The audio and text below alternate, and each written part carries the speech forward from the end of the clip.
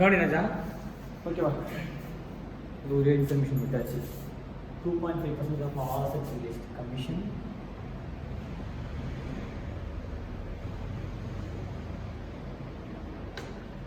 Percentage on amount paid.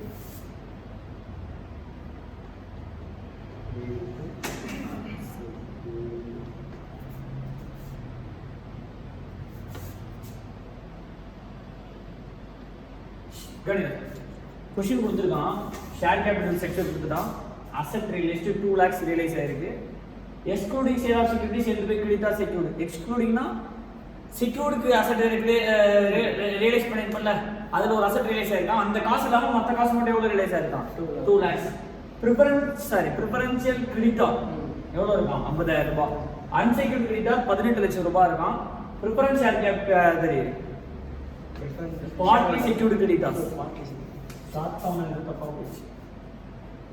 Secured creditor எவ்வளவு secure பண்ணிருக்காங்க 3 லட்சம் ரூபாய் செக்யூர் கிரெடிட்டாரா அமௌண்ட் ரிலீஸ் எவ்வளவு வரும் 3,20,000 அப்ப 30,000 அன்செக்யூர்ட் லைன்ல இதோட ஆட் ஆயிடும் கரெக்ட்டா அடுத்து டெபிட்டர்ஸ் ஃப்ளோட்டிங் எவ்வளவு இருக்கான் 6 lakhs எக்ஸ்பென்ஸ் 10,000 கால் மணி இங்க 2 ரூபாய் கால் மணி பெண்டிங் இருக்குல அதை கேட்டிருக்கான் 1000 பேர் தவிர இதெல்லாம் காசு கொடுத்துறான் மொத்தம் எத்தனை பேர் கேட்டிருப்பான் 30,000 ஷேர் கேட்டிருப்பான் அதுல 1000 ஷேர்ஸ் தவிர மீதி 29,000 ஷேர்ஸ்க்கு என்ன வந்துச்சு கால் மணி டியூலி ரிசீவ் சரி ஓகே என்ட்ரி போடலாமா ரிசீப்ஷன் பேமெண்ட்ஸா 2 asset realized 2 lakhs கரெக்ட்டா 2 sale of securities 3,20,000 கிடைச்சதா minus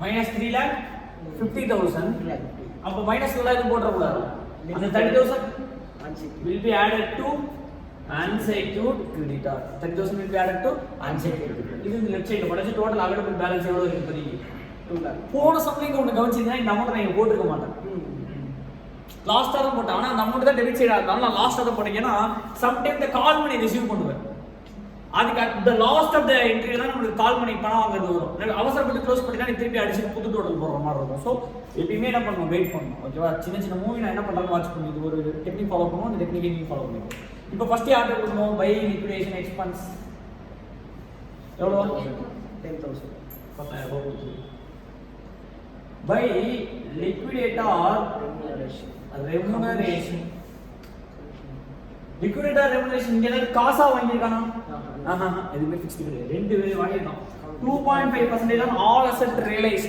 this asset realized 2 lakh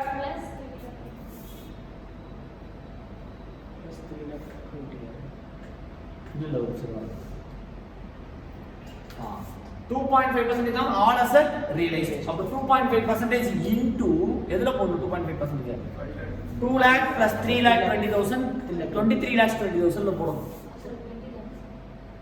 சரி 2 lakh plus 3,20,000 5,20,000 ல போணும் ஆமானா இல்லையா இது 2 lakhs asset realized plus இந்த 3,20,000 இது 20 lakhs 2 lakhs ஒரே நிமிஷம் 20 lakhs ராஜா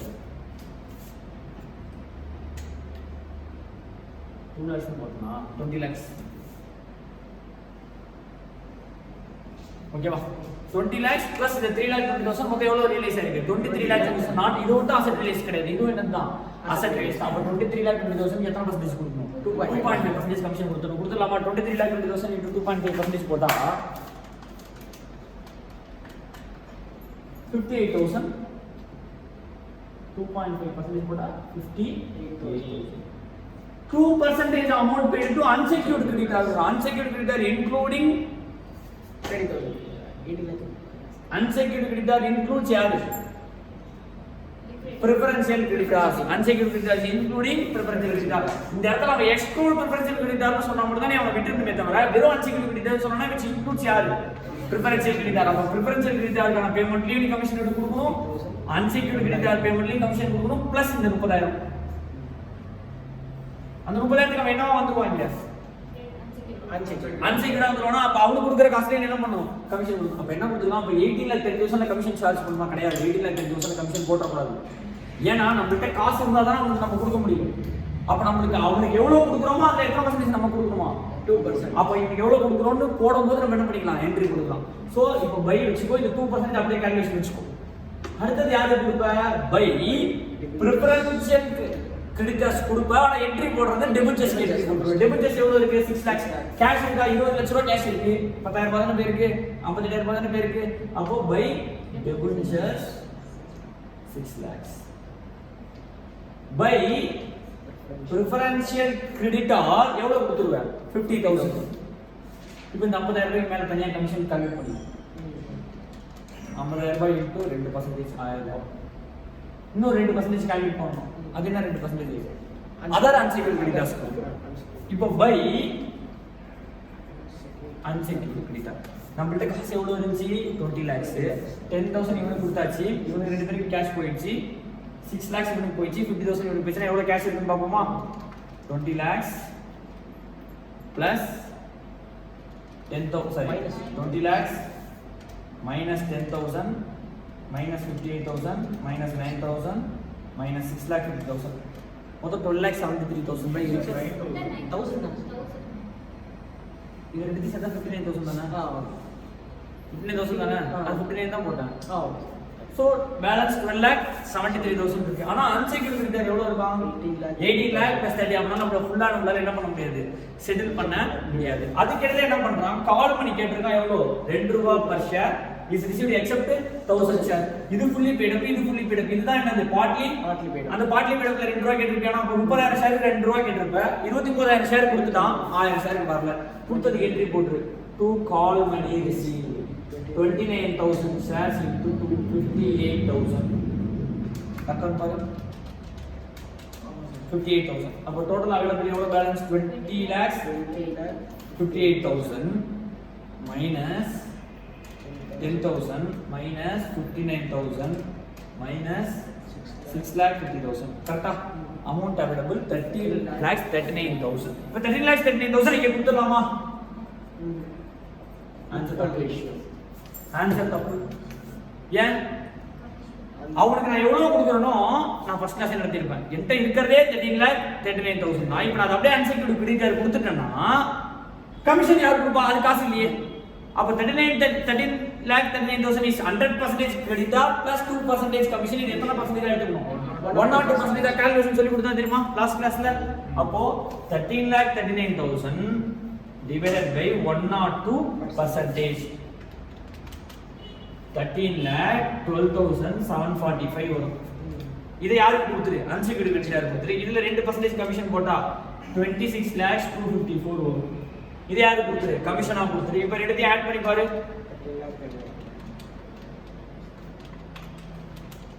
13,39,000 38,000 டபுள் 9,000 39,000.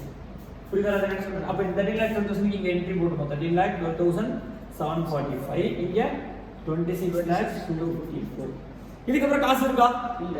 அப்ப இவனுக்குலாம் இவனுக்குலாம் எதுவுமே என்ட்ரி வராது. ஏன்னா காசு இருந்தா தானே ஃபர்தரா போக முடியும். இப்போ எத்தனை பர்சன்டேஜ் நீ பேமெண்ட் பண்ணிருக்கேன்னு கேட்போம். எத்தனை பர்சன்டேஜ் பேமெண்ட் பண்ணி? மொத்தம் கிரெடிட்டர் பேலன்ஸ் எவ்வளவு? 18 plus 30. 18,30,000 அன்செக்யூர்ட் கிரெடிட்டர் இருக்கு. நம்ம கொடுத்த காசு 13,12,745. அப்ப எத்தனை பர்சன்டேஜ்? 13,12,745 divided by 18,00,000 71.73%. அப்ப இந்த 18 lakh comprise of various creditors இருக்கணும். A B C D ன்னு. இப்போ A 2 லட்சம் ரூபாய் கொடுத்துருவானா அவனுக்கு நீ எவ்வளவு கேஷ் கொடுப்பாரு? 71.73% கேஷ் கொடுப்பாரு. C 5 lakhs கொடுத்துருவானா 5 lakhs into 71.73%. ஏனா unsecured creditor will rank equally among themselves. Preferential creditor will rank equally among themselves. அவங்களுக்குள்ள சண்டை வரக்கூடாது. unsecured creditor வரிசையா 10 பேர் இருக்கான்னா மொத்தம் 18,30,000 ரூபாய் பேலன்ஸ் இருக்கு. அவனுக்கு என்கிட்ட கொடுக்கறது கையில எவ்வளவு தான் காசு இருக்கு? 13 லட்சம் ரூபாய். அப்ப ஃபர்ஸ்ட் இருக்கு 5 பேர் கொடுத்துட்டு அடுத்தவங்களுக்கு இல்லன்னு சொல்லக்கூடாது. இந்த 13 லட்சம் ரூபாய் நம்ம என்ன பண்ணி கொடுக்கணும்? ஈக்குவலா பிடிச்சு கொடுக்கணும். அப்ப என்கிட்ட மொத்தமா எவ்வளவு கொடுக்கணும்னா 1830. என்கிட்ட கொடுக்கறது எவ்வளவு காசு இருக்கு? 1312. அப்ப எத்தனை பர்சன்டேஜ் என்னால செட்டில் பண்ண முடியும்? அப்ப ஒவ்வொரு கிரெடிட்டாருக்கு 1 லாக்க்கு 18 கிரெடிட்டார் இருக்குன்னு வச்சுக்கோ. ஒவ்வொரு கிரெடிட்டாருக்கு 1 லாக்க்கு 1 லாக் கொடுக்காம எவ்வளவு கொடுத்துருணும்? 71,730 கொடுத்தாங்க. அப்ப எல்லாருக்கும் கன்ஃபார்ம் பேமெண்ட் வந்துருமா? அப்ப 18 கிரெடிட்டார் will get 71,730. அதனால தான் it will rank equally among themselves pari passu. இது புரியுதா? இதுல என்ன ஒரே பிரச்சனை, அவசரப்பட்டு இந்த இடத்துல லிக்விடேட் ஆர் கமிஷன் கால்குலேட் பண்ணிட கூடாது. அசெட் ரியலைஸ்ட்ல போடலாம், தப்பு கிடையாது. பிரிஃபரன்ஷியல் கிரெடிட்டாருக்கு பேமெண்ட் பண்ணதுல போடலாம், தப்பு கிடையாது. பட் அன்செக்யூர்ட் கிரெடிட்டாருக்கு அவசரப்பட்டு இந்த 1830 என்ன பண்ண கூடாது, கமிஷன் என்ன தெரியுமா பண்ணிடுவாங்க, 1830 கமிஷன் அப்படியே போட்டுருவோம். இந்த டோட்டல் ஆட் பண்ணி இது எல்லாத்தையும் மைனஸ் பண்ணி மிக்சர் எடுத்து அப்படியே அன்செக்யூர்ட் கிரெடிட்டாருக்கு கொடுத்துட்டு வந்துருவோம். பேலன்ஸ் டேலி ஆயிடும். நீ கரெக்ட் நினைச்சிட்டு ஆனா நீ போட்ட ஆன்சர் தப்பு. என்ன சொல்லியிருக்கான், 2% ஆன amount paid to unsecured creditor. எவ்வளவு அன்செக்யூர்ட் கிரெடிட்டார் கொடுக்குறியோ அதுல தான் எனக்கு கமிஷன் 2%.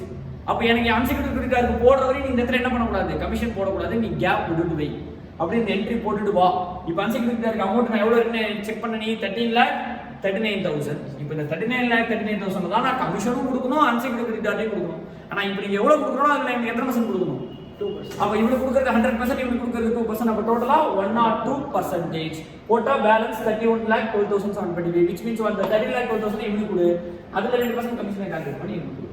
அப்ப இந்த கமிஷன் பாயிண்ட் ஆஃப் வியூல நீ என்ன பண்ணணும், வெயிட் பண்ணி தான் போடணுமே தவிர கமிஷன் கொடுத்துருக்கான் 2% கொடுத்துருக்கான் ஆனா அன்செக்யூர்ட் கிரெடிட்டாரும் கொடுத்துருக்கான், இதுல நீ என்ன பண்ணிடக்கூடாது, கால்குலேட் பண்ணிட கூடாது. பண்ணா ஆன்சர் தப்பு வரும். ஆன்சர் என்ன வரும், இது தெரியாம 18,30,000 போட்டா இந்த 26,000 40,000 வந்திருக்கும்.